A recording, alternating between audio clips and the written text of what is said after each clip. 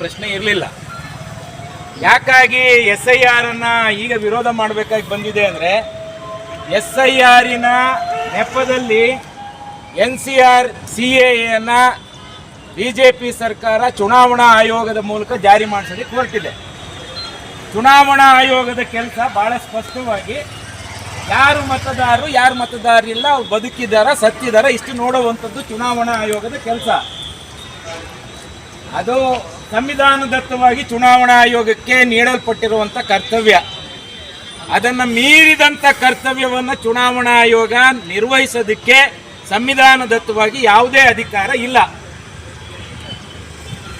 ಆದರೆ ಚುನಾವಣಾ ಆಯೋಗ ಈಗ ಹಿಂಬಾಗಿಲ ಮೂಲಕ SIR ನೆಪದಲ್ಲಿ NCR ಜಾರಿ ಮಾಡ್ತಾ ಇದೆ.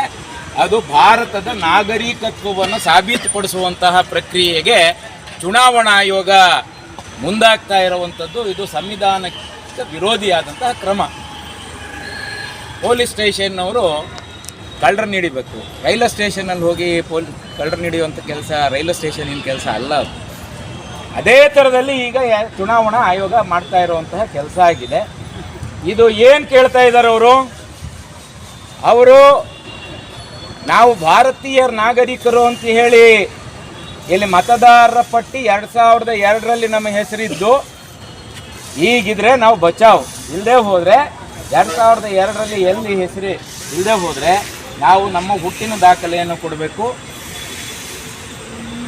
50 ವರ್ಷ ಮೀರಿದವ್ರ ಹತ್ರ ಯಾರ ಹತ್ರನೂ ಹುಟ್ಟಿನ ದಾಖಲೆಯನ್ನು ಪಡ್ಕೊಳ್ಳಿಕ್ಕೆ ಸಾಧ್ಯ ಇಲ್ಲ ಅನ್ನೋದು ಸ್ಥಿತಿ ಇದೆ. ಸೊ ಇದು ಸೆಮಿನಾರ್ಗಳಲ್ಲಿ ಭಾಳ ದೀರ್ಘವಾಗಿ ಚರ್ಚೆ ಮಾಡಬೇಕಾದಂಥ ವಿಷಯ. ಬೀದಿಲಿ ನಿಂತು ನಾವು ಕೇಳಬೇಕಾಗಿರೋದು, ಚುನಾವಣಾ ಆಯೋಗಕ್ಕೆ ನಿಮಗೆ ಇರುವ ಅಧಿಕಾರ ನೀವು ಮತದಾರರ ಹೌದೋ ಅಲ್ವೋ ಅಂತೇಳಿ ಹೇಳುವಂಥದ್ದು. ಅದರ ಬದಲಿಗೆ ಏನು ಕೇಂದ್ರದಲ್ಲಿ ಅಧಿಕಾರ ನಡೆಸ್ತಾ ಇರುವಂಥ BJP ಸರ್ಕಾರದ ಕೈಗೊಂಬೆಯಾಗಿ ಚುನಾವಣಾ ಆಯೋಗ ಕೆಲಸ ಮಾಡಬಾರ್ದು. ಚುನಾವಣಾ ಆಯೋಗ BJPಯ ದ್ವೇಷ ರಾಜಕಾರಣಕ್ಕೆ ಅದರ ವಿರುದ್ಧ ಇರುವಂತಹ ಮತಗಳನ್ನು ಮತದ ಅಧಿಕಾರವೇ ಇಲ್ದಂಗೆ ಮಾಡುವಂತಹ ಕುತಂತ್ರದ ಭಾಗವಾಗಿಯೂ ಚುನಾವಣಾ ಆಯೋಗ ಕೆಲಸ ಮಾಡಬಾರ್ದು.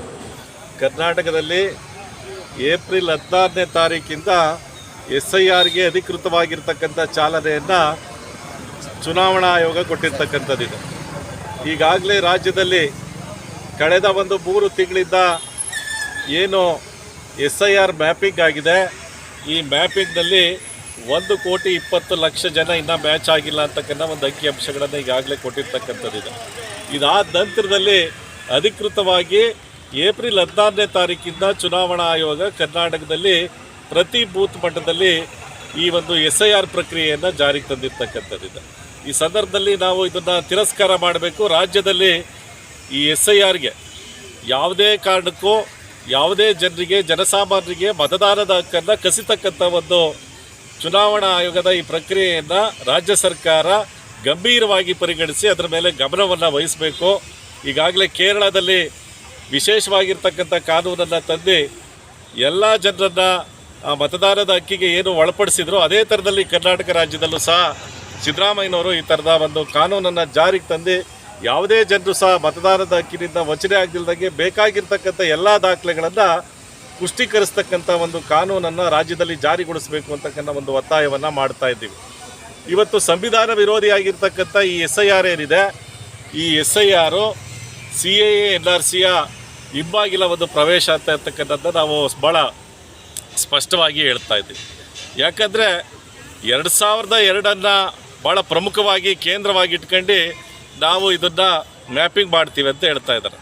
ನೋಡಿ, 2002ರಲ್ಲಿ ಪೌರತ್ವ ಕಾಯ್ದೆಯನ್ನು ಈ ರಾಷ್ಟ್ರದಲ್ಲಿ ಕೇಂದ್ರದಲ್ಲಿ ಜಾರಿಗೆ ತಂದಿರತಕ್ಕಂಥದ್ದು. ಭಾರತ ದೇಶದಲ್ಲಿ ನಮಗೆ ಸಿಟಿಜನ್ಶಿಪ್ ಆ್ಯಕ್ಟನ್ನು 2002ರಲ್ಲಿ ತಂದಿದ್ದೀವಿ ಅಂತ ಹೇಳ್ತಾ ಇದ್ದಾರೆ. 2002ರಲ್ಲಿ ಆ್ಯಕ್ಟ್ ತಂದ್ರೂ ಸಹ ಇದುವರೆಗಾಗಿ ನಮಗೆ ಆಧಾರ್ ಕಾರ್ಡ್ ಬಿಟ್ಟರೆ ನಮಗೆ ಸಿಟಿಜನ್ಸ್ ಕಾರ್ಡನ್ನು ಇದುವರೆಗಾಗಿ ಕೊಟ್ಟೇ ಇಲ್ಲ. ಜನಪರ ಸಂಘಟನೆಗಳ ಒಕ್ಕೂಟದಿಂದ SIR ಏನು ಸಂವಿಧಾನ ವಿರೋಧಿ ಹಾಗೂ ಮಹಿಳಾ, ದಲಿತ ಪರ, ಶ್ರಮಿಕರ ಪರ, ಅಸಂಘಟಿತ ಕಾರ್ಮಿಕರ ವಿರೋಧಿ ನಿಲುವನ್ನು ಅನುಸರಿಸ್ತಾ ಇರ್ತಕ್ಕಂಥ SIRನ ಏನು ವಿಶೇಷ ಮತ ಪರಿಷ್ಕರಣೆಯನ್ನು ರದ್ದುಗೊಳಿಸಬೇಕು. ಈಗಾಗಲೇ ಸುಪ್ರೀಂ ಕೋರ್ಟಲ್ಲಿ ಈ ಒಂದು ದಾವೆ ಇರೋದ್ರಿಂದ ಇತ್ಯರ್ಥ ಆಗೋವರೆಗೂ ಇದನ್ನು ಕರ್ನಾಟಕದಲ್ಲಿ ಜಾರಿಗೊಳಿಸಬಾರ್ದು. ಇದು ಅವೈಜ್ಞಾನಿಕ ಮತ್ತು ಇದು ಬಡತನ ವಿರೋಧಿ ನಡೆ ಅಂತ ಹೇಳ್ಬಿಟ್ಟು ನಾವು ಈಗಾಗಲೇ ಸುಮಾರು ದಿನಗಳಿಂದ ಹೋರಾಟ ಮಾಡ್ತಾ ಬರ್ತಾ ಇದ್ದೀವಿ. ತುಮಕೂರು ನಗರದಲ್ಲಿ ನಗರದ ಟೌನ್ ಹಾಲ್ ಸರ್ಕಲಲ್ಲಿ ಎಲ್ಲ ಜನಪರ ಸಂಘಟನೆಗಳಿಂದ ಪ್ರತಿಭಟನೆಯನ್ನು ಹಮ್ಮಿಕೊಂಡಿರ್ತಕ್ಕಂಥದ್ದು.